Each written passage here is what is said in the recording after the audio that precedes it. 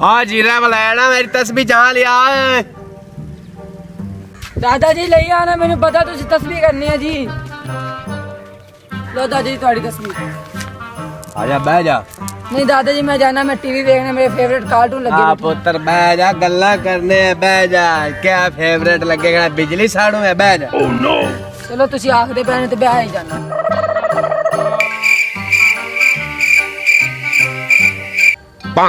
दादा जी आप बस 6 ही रह जाना, 7 नहीं होना। नहीं पुत्र कल नु तेरा अब्बा कुत्ता लिया सी, अब्बा 7 हो जैसे टेंशन ना ले। कुत्ता ते बिल्ली नु खा जाए फिर आप 6 रह जैसे।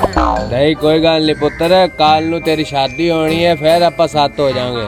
कल नु बाजी की शादी होएगी फिर आप 6 रह जैसे। कोई गल नहीं पुत्र, कल नु तेरा बेटा हो जासी फिर आप 7 हो जैसे।